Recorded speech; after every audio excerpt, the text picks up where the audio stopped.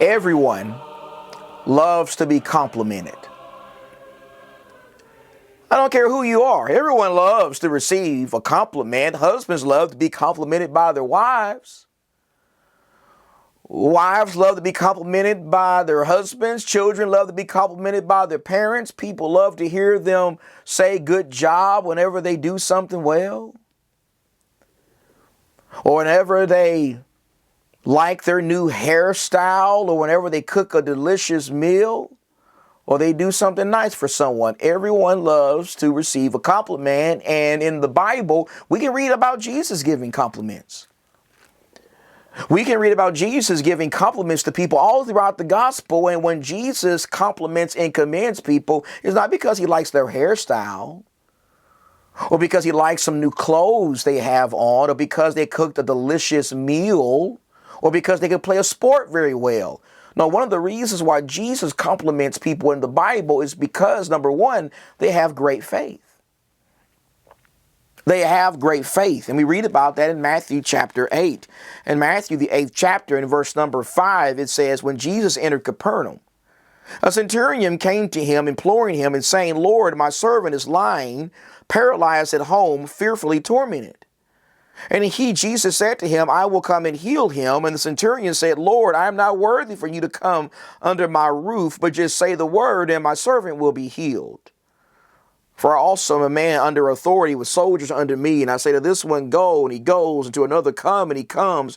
And to my slave, do this, and he does it. And when Jesus heard this, he marveled. And he said to those who were following, truly I say to you, I have not found such great faith with anyone in Israel. Here Jesus is commending this man because he has great faith. He has faith that Jesus could miraculously heal somebody that he loved. He had faith that Jesus could heal his servant. He had faith that Jesus could heal his servant that he cared about without even coming into his home. This man has faith in the power of Jesus. And what makes this so impressive is this man who has this faith is not a Jew.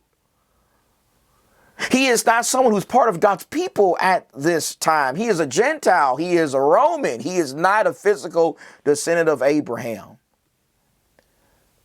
But Jesus is impressed with the fact he has faith greater than anyone in Israel. And the question is, what about me? What does Jesus see when it comes to my faith? Is he impressed by my faith? Is he willing to commend my faith? Is he impressed by the fact that I have faith so great that I believe in him? I believe God is real. And I'm willing to worship God, even though I can't see God. I will worship him with all my heart and in accordance with his word. And I'll pray to him even though I can't see him. And I believe in what the Bible says about the return of Jesus and how the Lord is going to come back one day like a thief in the night. And when that takes place, the whole world is going to be burned with fire. Is Jesus willing to commend and compliment my faith? But in addition to that, a second reason why Jesus compliments people in the Bible is because they have pure hearts. They have pure hearts. And we read about this in the Gospel of John, in John chapter 1. In John chapter 1, and in verse number 47. In John chapter 1, and in verse number 47, it says, Jesus saw a man named Nathanael. He saw Nathanael coming to him, and he said, behold, an Israelite indeed, in whom there's no deceit. Nathanael said to him, how do you know me? Jesus answered and said to him, before Philip called you, when you were under the fig tree, I saw you. Nathanael answered him, Rabbi, you are the Son of God, you're the King of Israel.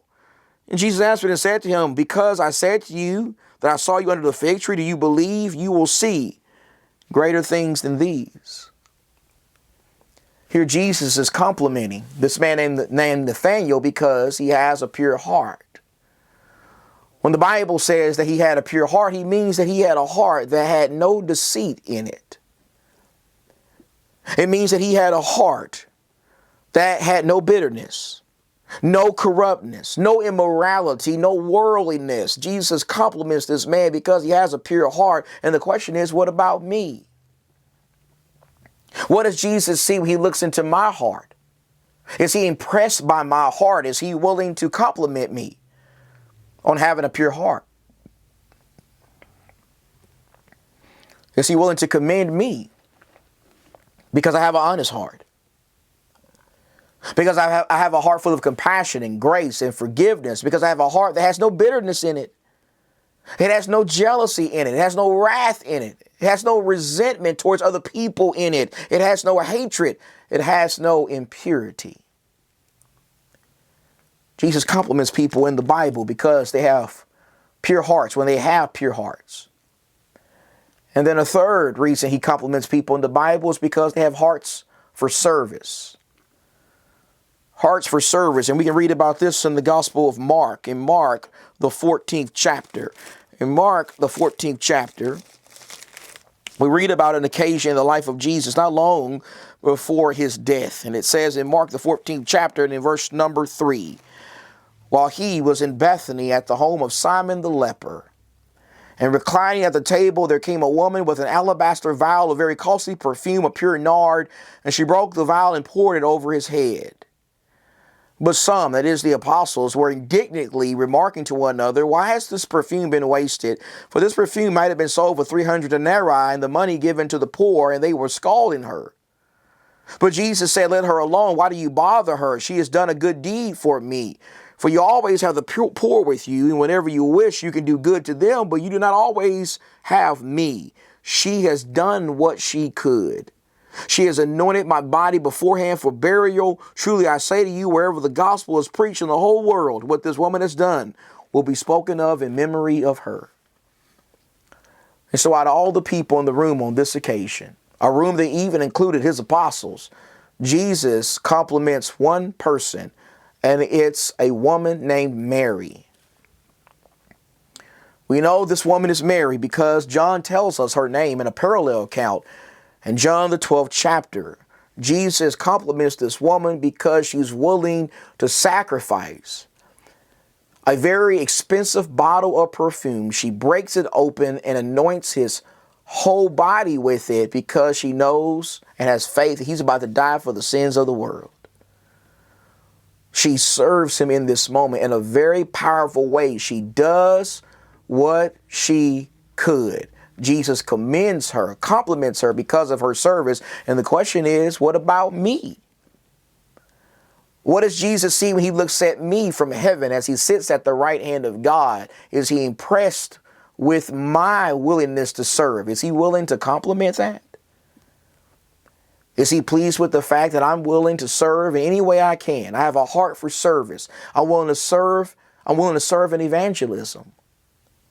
I'm willing to serve by helping the poor.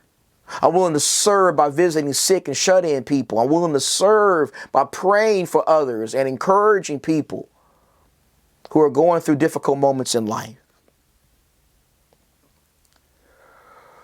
You see, there's nothing wrong with receiving a compliment and liking compliments. There's nothing wrong with that. But the most important thing in life is pleasing Jesus. Being committed by Jesus, living a life that Jesus says, that's my servant. We can do that. We can have pure hearts. We can live lives of service. We can be people who have great faith. That's the kind of stuff that impresses Jesus and that we need to strive to do every single day.